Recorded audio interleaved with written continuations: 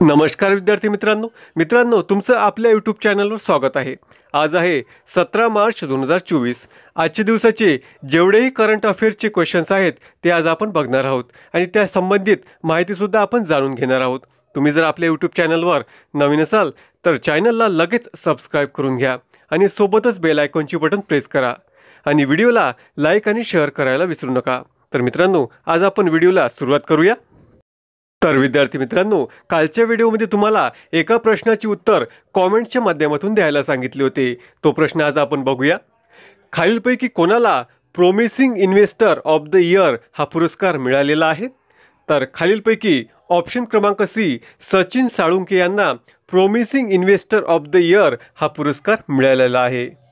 तर विद्यार्थी मित्रांनो, आजच्या व्हिडिओमधील पहिला प्रश्न बघूया। राष्ट्रीय लसीकरण दिवस केव्हा साजरा करण्यात आला? तर खालीलपैकी ऑप्शन क्रमांक डी, 16 मार्च रोजी राष्ट्रीय लसीकरण दिवस साजरा करण्यात आला। तर मित्रांनो, हा दिवस का साजरा केला जातो? तर लसीकरणाच्या मूल्याविषयी जागरूकता निर्माण करण्यासाठी भारतामध्ये दरवर्षी 16 मार्च रोजी राष्ट्रीय लसीकरण दिवस साजरा केला जातो। तर मित्रांनो, मार्च महिन्यातील काही दिवसांबद्दल आपण थोडक्यात महत्त्वाची माहिती जाणून घेऊया। 1 मार्च रोजी शून्य भेदभाव दिवस आणि जागतिक नागरिक संरक्षण दिन साजरा केला जातो। 3 मार्च रोजी जागतिक वन्यजीव दिवस आणि जागतिक श्रवण दिवस असतो। 4 मार्च रोजी राष्ट्रीय सुरक्षा दिवस असतो। 6 मार्च रोजी घाना देशाचा स्वातंत्र्य दिवस असतो। 7 मार्च रोजी जन औषधी दिवस असतो। 8 मार्च रोजी जागतिक महिला दिवस असतो। 10 मार्च रोजी CISFचा स्थापना दिवस आणि आंतरराष्ट्रीय महिला न्यायाधीश दिवस असतो। 11 मार्च रोजी वर्ल्ड प्लंबिंग डे दिवस असतो। तर 12 मार्च रोजी मॉरिशस देशाचा स्वातंत्र्य दिवस असतो। 13 मार्च रोजी नो स्मोकिंग डे म्हणजेच मार्च महिन्यातील दुसऱ्या बुधवारी नो स्मोकिंग डे साजरा केला जातो। 14 मार्च रोजी जागतिक किडनी दिवस म्हणजेच मार्च महिन्यातील दुसऱ्या गुरुवारी जागतिक किडनी दिवस दरवर्षी साजरा केला जातो। 15 मार्च रोजी जागतिक ग्राहक हक्क दिन असतो आणि 16 मार्च रोजी राष्ट्रीय लसीकरण दिवस असतो। नेक्स्ट क्वेश्चन बघूया। कोणत्या राज्याने अलीकडेच काश्मीरमध्ये सरकारी अतिथीगृह बांधण्याची घोषणा केली आहे? तर खालीलपैकी ऑप्शन क्रमांक ए, महाराष्ट्र राज्याने अलीकडेच काश्मीरमध्ये सरकारी अतिथीगृह बांधण्याची घोषणा केली आहे। तर मित्रांनो, महाराष्ट्र राज्याबद्दल महत्त्वाची माहिती जाणून घेऊया। तर महाराष्ट्र राज्याची राजधानी ही मुंबई ही आहे। महाराष्ट्र राज्याचे मुख्यमंत्री हे एकनाथ शिंदे हे आहेत। महाराष्ट्र राज्याचे उपमुख्यमंत्री हे अजित पवार व देवेंद्र फडणवीस हे दोघेही आहेत। महाराष्ट्र राज्याचे राज्यपाल हे रमेश बैस हे आहेत। तर महाराष्ट्र भूषण पुरस्कार 2024 हा डॉक्टर प्रदीप महाजन यांना मिळालेला आहे। 27व्या राष्ट्रीय युवा महोत्सवाचे आयोजन नाशिक येथे करण्यात आले होते। महाराष्ट्र सरकारने मुख्यमंत्री वायुश्री योजना सुरू करण्याचा निर्णय घेतलेला आहे। लास्ट पॉइंट, आरोग्य आणि शिक्षण क्षेत्रात AI म्हणजेच आर्टिफिशियल इंटेलिजन्सचा वापर करण्यासाठी महाराष्ट्र सरकारने गुगल सोबत करार केलेला आहे। प्रश्न क्रमांक 3 बघूया। अलीकडेच मोहम्मद मुस्तफा कोणत्या देशाचे नवीन पंतप्रधान झाले आहे? तर खालीलपैकी ऑप्शन क्रमांक सी, पॅलेस्टाईन या देशाचे मोहम्मद मुस्तफा हे नवीन पंतप्रधान झालेले आहेत। तर मित्रांनो, काही इम्पॉर्टंट पॉईंट्सवर एक नजर टाकूया। तामस सुल्योक हे हंगरी या देशाचे नवीन राष्ट्रपती बनले आहेत। फेलिटी टिओ हे तुवालू या देशाचे नवीन पंतप्रधान झालेले आहेत। अलेक्झांडर स्टब हे फिनलंडचे नवीन राष्ट्रपती बनले आहेत। ओल्झस बेक्टेनो हे कझाकिस्तानचे नवीन पंतप्रधान बनलेले आहेत।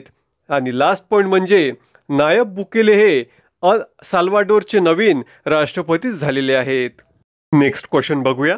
अलीकडेच लोकशाही अहवाल 2024 म्हणजेच डेमोक्रेसी रिपोर्ट 2024 कोणी प्रकाशित केलेला आहे?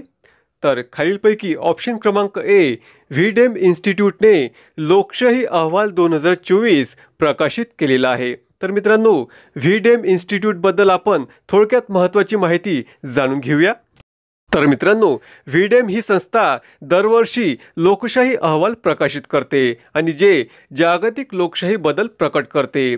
व्हीडेम या संस्थेची स्थापना ही स्वीडिश राजकीय शास्त्रज्ञ स्टॅफन लिंडबर्ग यांनी 2014 मध्ये केलेली आहे. तर याचे मिशन कोणते आहे मित्रांनो? तर व्हीडेम ही संस्था सरकारच्या गुन्ह्यांचा अभ्यास करण्यावर लक्ष केंद्रित करते आणि उच्च प्रोफाईल डेटाबेस सार्वजनिकपणे विनामूल्य उपलब्ध करून देते. तर व्हीडेम या संस्थेचे मुख्यालय हे स्वीडन या देशातील गोथेनबर्ग विद्यापीठातील राज्यशास्त्र विभाग या ठिकाणी आहे. पुढचा प्रश्न बघूया. बाजरी उत्पादनाला चालना देण्यासाठी कोणत्या राज्य सरकारने राज्यातील शेतकऱ्यांना धान्याचे मोफत बियाणे वितरित करण्याचा निर्णय घेतलेला आहे? तर खालीलपैकी ऑप्शन क्रमांक सी, राजस्थान या राज्य सरकारने बाजरी उत्पादनाला चालना देण्यासाठी राज्यातील शेतकऱ्यांना धान्याचे मोफत बियाणे वितरित करण्याचा निर्णय घेतलेला आहे. तर मित्रांनो, राजस्थान या राज्याबद्दल आपण थोडक्यात महत्त्वाची माहिती जाणून घेऊया. तर मित्रांनो, राजस्थान या राज्याची राजधानी ही जयपूर ही आहे. राजस्थान या राज्याचे मुख्यमंत्री हे भजनलाल शर्मा हे आहेत. राजस्थान या राज्याचे राज्यपाल हे कलराज मिश्रा हे आहेत. तर मित्रांनो, राजस्थान सरकारने मुख्यमंत्री विश्वकर्मा योजना सुरू केलेली आहे. राजस्थानमध्ये अलीकडेच मोठ्या प्रमाणात लोह खनिजाचे साठे सापडलेले आहेत. ERCP म्हणजेच पूर्व राजस्थान कालवा प्रकल्पासाठी राजस्थान आणि मध्य प्रदेश यांच्यात करार झालेला आहे. नेक्स्ट क्वेश्चन बघूया. नुकताच भारत व कोणत्या देशामध्ये कायदा आणि विवाद निराकरणाच्या क्षेत्रातील सहकार्यावर एक सामंजस्य करार केलेला आहे? तर खालीलपैकी ऑप्शन क्रमांक डी, सिंगापूर व भारत या दोन देशांमध्ये कायदा आणि विवाद निराकरणाच्या क्षेत्रातील सहकार्यावर एक सामंजस्य करार झालेला आहे. तर मित्रांनो, सिंगापूर या देशाची राजधानी ही सिंगापूर सिटी म्हणजेच सिंगापूर शहर ही आहे. सिंगापूर या देशाचे चलन हे सिंगापूर डॉलर हे आहेत आणि सिंगापूर या देशाचे पंतप्रधान हे ली सिन लुंग हे आहेत. प्रश्न क्रमांक 7 बघूया. अलीकडेच भारताची फिनटेक इकोसिस्टम मजबूत करण्यासाठी भारत सरकारने कोणासोबत भागीदारी केली आहे? तर खालीलपैकी ऑप्शन क्रमांक ए, ADB म्हणजेच एशियन डेव्हलपमेंट बँकेसोबत भारत सरकारने भारताची फिनटेक इकोसिस्टम मजबूत करण्यासाठी भागीदारी केलेली आहे. नेक्स्ट क्वेश्चन बघूया. अलीकडेच शार्कच्या शरीराच्या अवयवांचा बेकायदेशीर व्यापार करण्यामध्ये शीर्षस्थानी म्हणजेच पहिल्या क्रमांकावर कोणते राज्य आहे? तर खालीलपैकी ऑप्शन क्रमांक ए, तामिळनाडू हे राज्य शार्कच्या शरीराच्या अवयवांचा बेकायदेशीर व्यापार करण्यामध्ये शीर्षस्थानी आहे. तर मित्रांनो, तामिळनाडू या राज्याबद्दल आपण थोडक्यात महत्त्वाची माहिती जाणून घेऊया. तामिळनाडू या राज्याची राजधानी ही चेन्नई ही आहे. तामिळनाडू या राज्याचे मुख्यमंत्री हे MK स्टॅलिन हे आहेत आणि तिथले राज्यपाल हे रवींद्र नारायण रवी हे आहेत. तर मित्रांनो, अलीकडेच तामिळनाडूच्या मुख्यमंत्र्यांनी कुटुंबांच्या उन्नतीसाठी निंगल नालामा योजना सुरू केली आहे. तामिळनाडूच्या मुख्यमंत्र्यांनी वन नेशन वन इलेक्शन आणि सीमांकन प्रक्रियेविरोधात ठराव मांडलेला आहे. त्रिपाठी या तामिळनाडूच्या पहिल्या आदिवासी महिला दिवाणी न्यायाधीश झालेल्या आहेत. तर ह्युंडाई आणि IIT मद्रास हे भारताच्या तामिळनाडू या राज्यामध्ये हायड्रोजन इनोव्हेशन व्हॅली स्थापन करणार आहेत. नेक्स्ट क्वेश्चन बघूया. चमेली देवी जैन पुरस्कार 2024ने कोणाला सन्मानित करण्यात आलेले आहे? तर खालीलपैकी ऑप्शन क्रमांक सी, वरील दोन्ही बरोबर म्हणजेच रितिका चोप्रा आणि ग्रीष्मा कुठार यांना चमेली देवी जैन पुरस्कार 2024ने सन्मानित करण्यात आलेले आहे. Next question. कोणाची नॉर्दर्न कोलफील्ड्स लिमिटेड म्हणजेच NCLचे नवीन अध्यक्ष आणि व्यवस्थापकीय संचालक म्हणून नियुक्ती करण्यात आली आहे? तर खालीलपैकी ऑप्शन क्रमांक बी साईराम यांची NCLचे नवीन अध्यक्ष आणि व्यवस्थापकीय संचालक म्हणून नियुक्ती करण्यात आलेली आहे. तर मित्रांनो, NCLचं पूर्ण रूप हे नॉर्दर्न कोलफील्ड्स लिमिटेड असं आहे. तर काही इम्पॉर्टंट पॉईंट्सवर एक नजर टाकूया. श्री AS राजीव यांची CVC म्हणजेच सेंट्रल व्हिजिलन्स कमिशनच्या दक्षता आयुक्तपदी नियुक्ती करण्यात आली आहे. अनुराग अग्रवाल यांची संसदेच्या सुरक्षा प्रमुखपदी नियुक्ती करण्यात आली आहे. अलीकडेच आशा लकडा यांची राष्ट्रीय अनुसूचित जमाती आयोगाच्या सदस्य म्हणून नियुक्ती करण्यात आली आहे. बँक ऑफ इंडियाचे म्हणजेच बँक ऑफ इंडियाने एम.आर. कुमार यांची गैरकार्यकारी अध्यक्ष म्हणून निवड केलेली आहे. नेक्स्ट क्वेश्चन बघूया. रणजी ट्रॉफी 2024चा किताब कोणी जिंकला? तर खालीलपैकी ऑप्शन क्रमांक सी, मुंबई या संघाने 2024ची रणजी ट्रॉफी जिंकलेली आहे. तर मित्रांनो, मुंबई या संघाने विदर्भ या संघाचा 169 धावांनी पराभव करून ही ट्रॉफी जिंकलेली आहे. म्हणजेच मुंबई संघ हा विजेता आणि उपविजेता हा विदर्भ हा संघ आहे. नेक्स्ट क्वेश्चन बघूया. नुकतेच FSSAI द्वारे भारतातील किती तुरुंगांना ईट राईट कॅम्पस म्हणून प्रमाणित केले गेले आहे? तर खालीलपैकी ऑप्शन क्रमांक सी, 100 तुरुंगांना ईट राईट कॅम्पस म्हणून प्रमाणित केले गेले आहे. तर मित्रांनो, FSSAIचं पूर्ण रूप हे food safety and standard authority of India काय आहे?